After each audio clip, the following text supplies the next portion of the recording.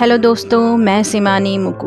वैसे तो मैं किस्से कहानियाँ उपन्यास लिखती हूँ, बस अपने इसी कलेक्शन से आप सभी के लिए लेकर आई हूँ अपना पहला उपन्यास देवदासी। आइए बढ़ते हैं देवदासी के अगले चैप्टर की तरफ। देवदासी चैप्टर 23। पिटीशन पढ़ने के बाद जज सुजाता मुद्गल और जज जयशेखर रेड्डी पिटीशन को एक्सेप्ट करते हैं और 3 दिन के बाद की तारीख देते हैं। ये सुनकर मूर्ति आगे आकर कहता है, थैंक यू माय लॉर्ड। दोनों जज अपना फैसला सुनाकर वहाँ से निकल जाते हैं। मूर्ति बड़ा ही खुश हो जाता है। मूर्ति तुरंत जाकर कार्तिकेय से गले मिलता है। ये देखकर लक्ष्मी और राधा अम्मा भी अपने बेंच से उठकर बाहर आ जाते हैं। मूर्ति बहुत चहकता हुआ अपनी अम्मा से कहता है, अम्मा सुना, आपने हमारी पिटीशन एक्सेप्ट हो गई है। कोर्ट ने हमें केस लड़ने के लिए मंजूरी दे दी है।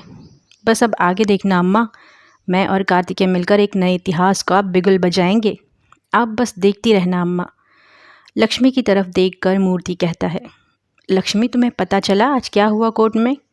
जो हमने याचिका डाली थी इस देवदासी प्रथा को रोकने के लिए, उसे कोर्ट ने स्वीकार कर लिया है। अब आगे हम इस देवदासी की प्रथा को रोकने के लिए लड़ेंगे। इसके लिए अब तुम्हें भी अपनी हिम्मत जुटानी होगी, क्योंकि जज तुमसे भी सवाल जवाब करेंगे। सारी जानकारियाँ तुम्हें सही सही बतानी होंगी। जज के सामने ज़रा भी झूठ नहीं लक्ष्मी, समझ गई? लक्ष्मी के चेहरे पर भी हल्की हल्की मुस्कान पसर गई थी। जी भैया, मैं आप लोगों का पूरा पूरा साथ दूंगी, कुछ भी नहीं छुपाऊंगी। तभी कोर्ट का प्यून आकर कहता है, चलिए कमरा खाली कीजिए, कुछ ही देर में दूसरा केस शुरू होने वाला है। चलिए मौसी। लक्ष्मी चलो हम लोग बाहर चलते हैं। मूर्ति अपनी सारी फाइलें उठाकर और लैपटॉप बैग उठाकर बाहर सभी के साथ चल देता है। चारों कोर्ट की इमारत की सीढ़ियाँ उतरते हैं। सीढ़ियाँ उतरते लक्ष्मी फिर एक बार पीछे मुड़कर उस महान विशालकाय इमारत को देखती है। इस इमारत की तस्वीर वो अपने आँखों में समा लेना चाहती थी। तभी कार्तिकेय लक्ष्मी के पास आकर उससे पूछता है, क्या देख रही हो लक्ष्मी? कुछ नहीं कार्तिकेय जी, बस इस इमारत को देखकर मन में विचार आ रहा है कार्तिकेय जी कि हमारे अपने जीवन के हक को पाने के लिए भी ऐसी कोई जगह होती है। मेरे अम्मा अप्पा और गांव के दूसरे लोग न जाने कब से जुर्म बर्दाश्त करते आ रहे हैं। मैं अपने अम्मा अप्पा को भी यहाँ लेकर आना चाहूँगी, क्योंकि जो भी उन पर जुल्म करेगा उसकी अब खैर नहीं। कार्तिकेय लक्ष्मी की मासूमियत भरी सोच पर हंसने लगा। हाँ हाँ ठीक है, तुम अपने अम्मा अप्पा को यहीं लेकर आ जाना, कहकर दोनों नीचे की तरफ चल देते हैं। मूर्ति और राधा अम्मा उन दोनों का नीचे इंतज़ार कर रही थी। तभी मूर्ति बोल पड़ता है, चलो लक्ष्मी, आज पिटीशन एक्सेप्ट होने की खुशी में मैं तुम सबको पार्टी देता हूँ। तुम लोगों को मैं कॉफ़ी हाउस ले जाता हूँ। यह सुनकर लक्ष्मी असमंजस से राधा अम्मा की तरफ देखने लग गई। राधा अम्मा उसके चेहरे के हाव भाव देखकर ही समझ जाती है कि लक्ष्मी को कुछ समझ में नहीं आया और हंसने लग जाती है। मूर्ति का मतलब है यहाँ शहर में कुछ ऐसी जगह होती है जहाँ पर खाने पीने की चीज़ें, कॉफ़ी इत्यादि मिलते हैं, जहाँ जाकर हमें पैसे देने होते हैं और उसके बदले में वो हमें खाना पीना देते हैं। लक्ष्मी ने हंसकर अपनी गर्दन हिलाई। पार्टी का मतलब क्या होता है राधा अम्मा? राधा अम्मा फिर से हंस पड़ी। पार्टी मतलब उत्सव बच्चे। यदि हमारे जीवन में कोई खुशी का पल आता है तो उसकी खुशी में हम यहाँ शहर में पार्टी मनाते हैं। अब लक्ष्मी ने खुश होकर बड़ी ही ज़ोर से स्वीकृति में गर्दन हिलाई। चारों कुछ दूरी तय करने के बाद मूर्ति एक कॉफ़ी शॉप के पास गाड़ी रोकता है। चारों कॉफ़ी शॉप के अंदर जाते हैं।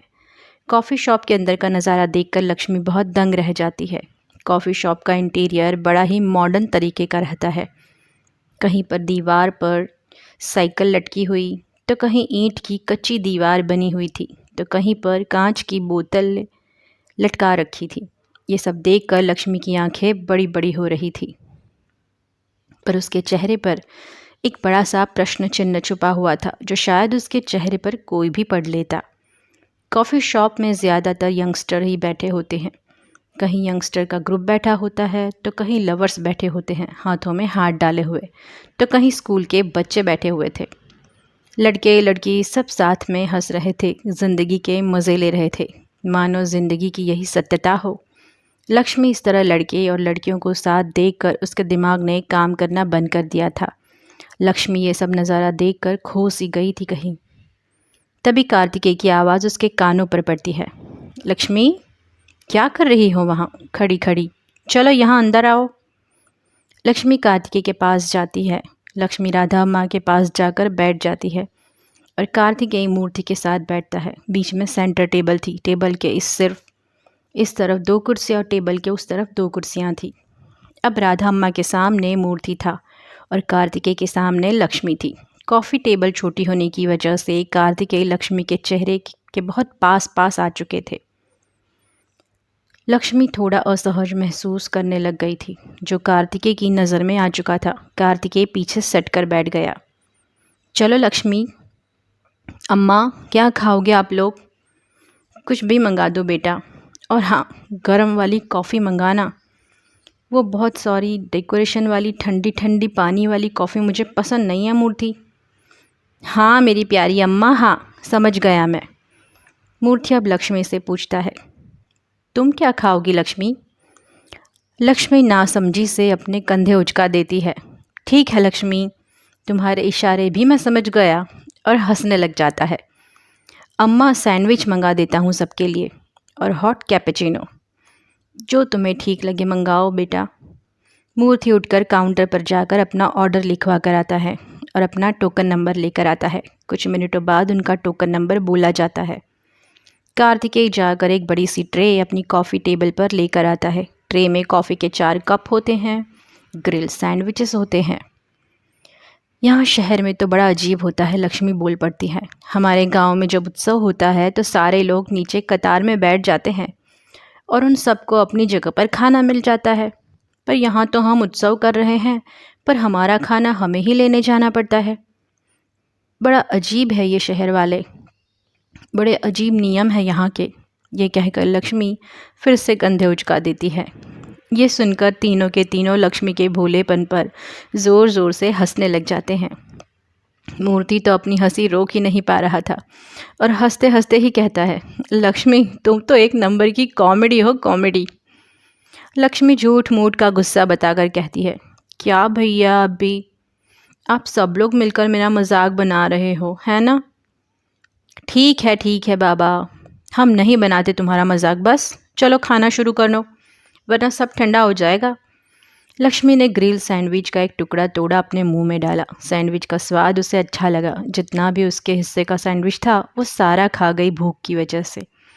उसके बाद उसने कॉफ़ी पीते पीते राधा अम्मा से कहने लगी, राधा अम्मा, कॉफ़ी तो आपसे बढ़िया कोई बना ही नहीं सकता। देखो तो ये कॉफ़ी कैसी है, इसमें तो शक्कर ही नहीं है। तभी कार्तिकेय ने ट्रे में से एक शक्कर का छोटा सा सैशे तोड़कर उसकी कॉफ़ी मग में उड़ेला। उसी में पड़ी लकड़ी की स्टिक से शक्कर को कॉफ़ी में घोला। लो लक्ष्मी, अब पियो अपनी कॉफ़ी। घुली हुई शक्कर वाली कॉफ़ी पीकर लक्ष्मी को बहुत आनंद आया और अजीब लगा कि शक्कर भी इस तरह कागज़ों के पैकेट में मिलती है। मीठी मीठी कॉफ़ी पीकर लक्ष्मी के चेहरे पर लंबी सी मुस्कुराहट आ गई। कॉफ़ी के झाग की वजह से लक्ष्मी के होठों के ऊपर सफ़ेद सी मूछें बन गई थी। ये देखकर राधा अम्मा को लक्ष्मी पर बड़ा प्यार आया और उसके सर पर हाथ फेरा बड़े ही प्यार से। सब कुछ हो जाने के बाद चारों अपने घर के लिए निकल जाते हैं। देवदासी चैप्टर 24। कॉफ़ी हाउस में कॉफ़ी और नाश्ता कर चारों घर के लिए निकलते हैं। घर पहुंचने के बाद सभी फ्रेश होकर सीधा सोने के लिए चले जाते हैं अपने अपने कमरों में। दूसरे दिन सुबह सुबह सूरज ने चारों ओर अपनी लालिमा बिखेर दी थी। सभी ने उठकर अपना रोज़ का नित्यक्रम खत्म किया। कार्तिकेय और मूर्ति अस्पताल चले गए कार्तिकेय की चोट की ड्रेसिंग के लिए। लक्ष्मी और राधा अम्मा मिलकर रसोई घर में खाना बनाने लगी। तभी राधा अम्मा ने सुजाता मुदगल को फ़ोन लगाया। हेलो सुजाता। हाँ राधा बोलो। कल के लिए तुम्हें धन्यवाद करना चाहती हूँ। इसमें धन्यवाद कैसा राधा? कल मूर्ति ने जो केस का विवरण दिया, उसके बाद कानूनी प्रक्रिया के तहत ही मैंने और मेरे साथी जज ने, हम दोनों ने मिलकर इस पिटिशन को एक्सेप्ट करने का फ़ैसला किया। जबकि तुमने मुझे इस केस के बारे में पहले ही बता दिया था, तो मुझे इस पर ज़्यादा सोचना नहीं पड़ा और इस केस की सेंसिटिविटी को देखकर हमने तुम्हें 3 दिन के बाद की तारीख दी है।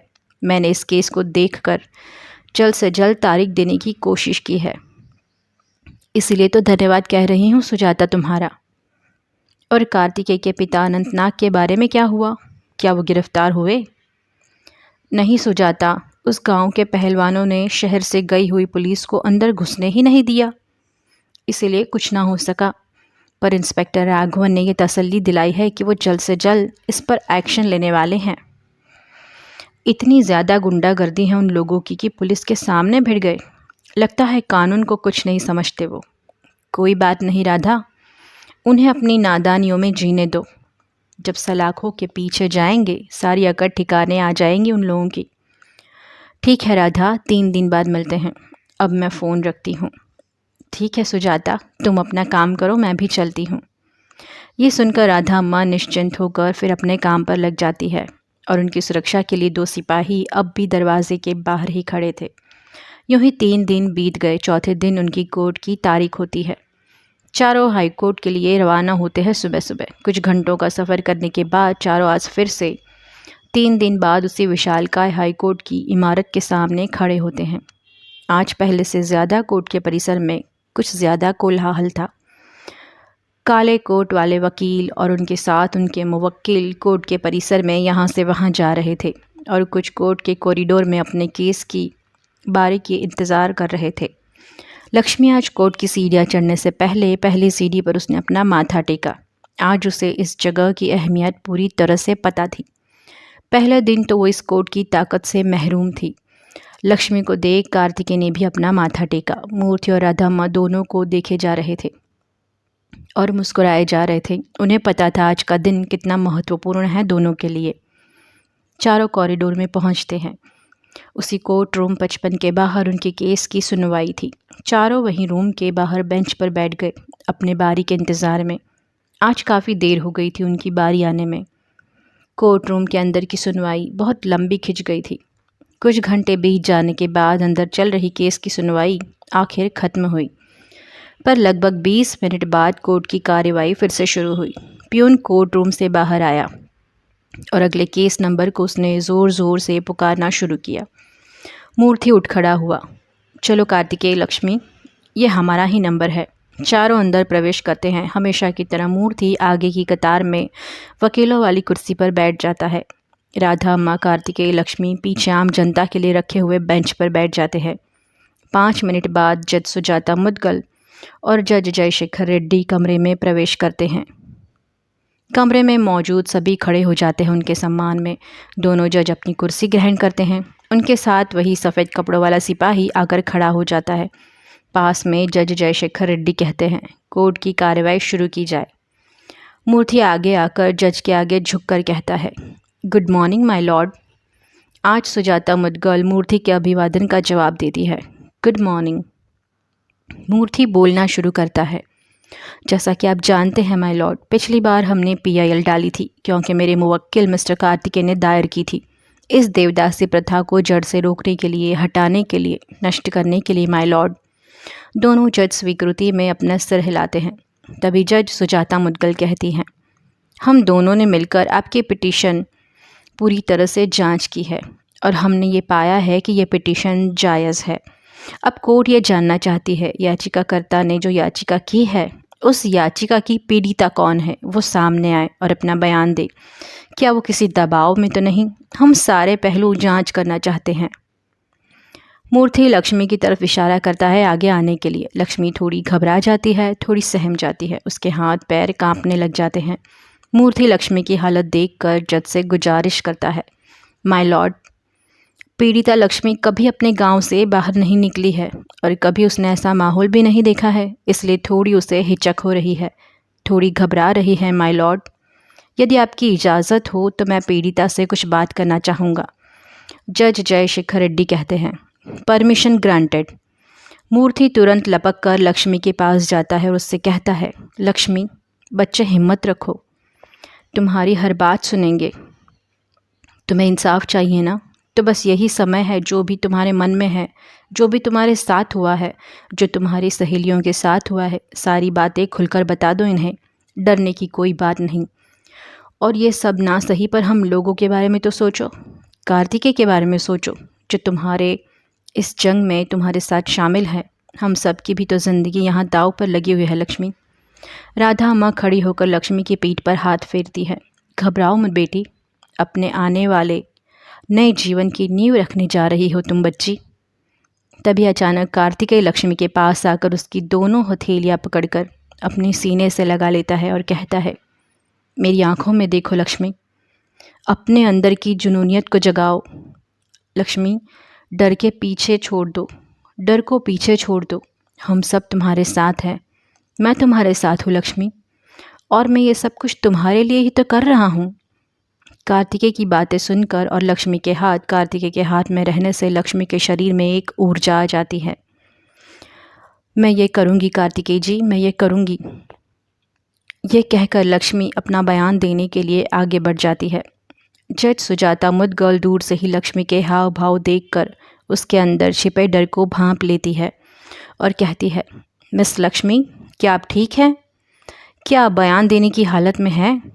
आप चाहे तो थोड़ा पानी पी सकती हैं। लक्ष्मी सिर्फ अपनी गर्दन हिला देती है। मूर्ति टेबल पर पड़ा पानी का गिलास लेकर लक्ष्मी के पास लाता है।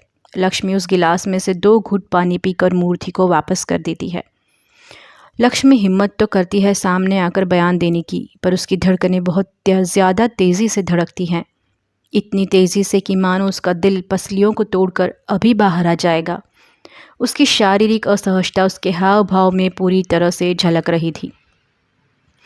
मैं लक्ष्मी, मेरा गांव कुडलिगी। लक्ष्मी ने धीरे धीरे अपनी सारी कहानी शुरू से बयां करनी शुरू कर दी।